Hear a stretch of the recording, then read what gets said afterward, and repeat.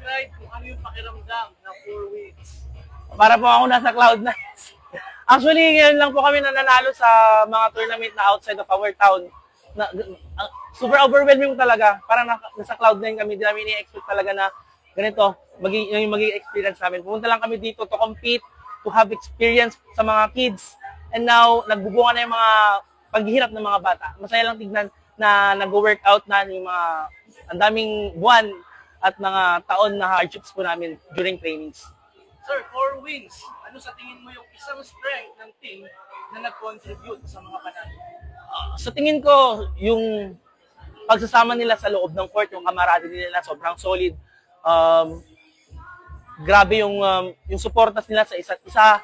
Sabi ko sa kanila, hindi lang isa ang player din sa volleyball. Kahit na malakas lahat kayo or isa lang malakas sa inyo, kung hindi kayo nag-drive, hindi kayo nag-join ng isang galaw, hindi magiging magandang resulta. Pero sa kanila, at least, napapakita nila na tulong-tulong sila sa pagbibigay ng panalo sa kanilang team. Lastly, Coach, tomorrow is another day. Tonight, ano yung gusto mong gawin ng team for preparation? Kakain po kami ng lechon. Kakain mo lang mga masasarap na pagkain para malaki lang yung mga bata. Salamat po.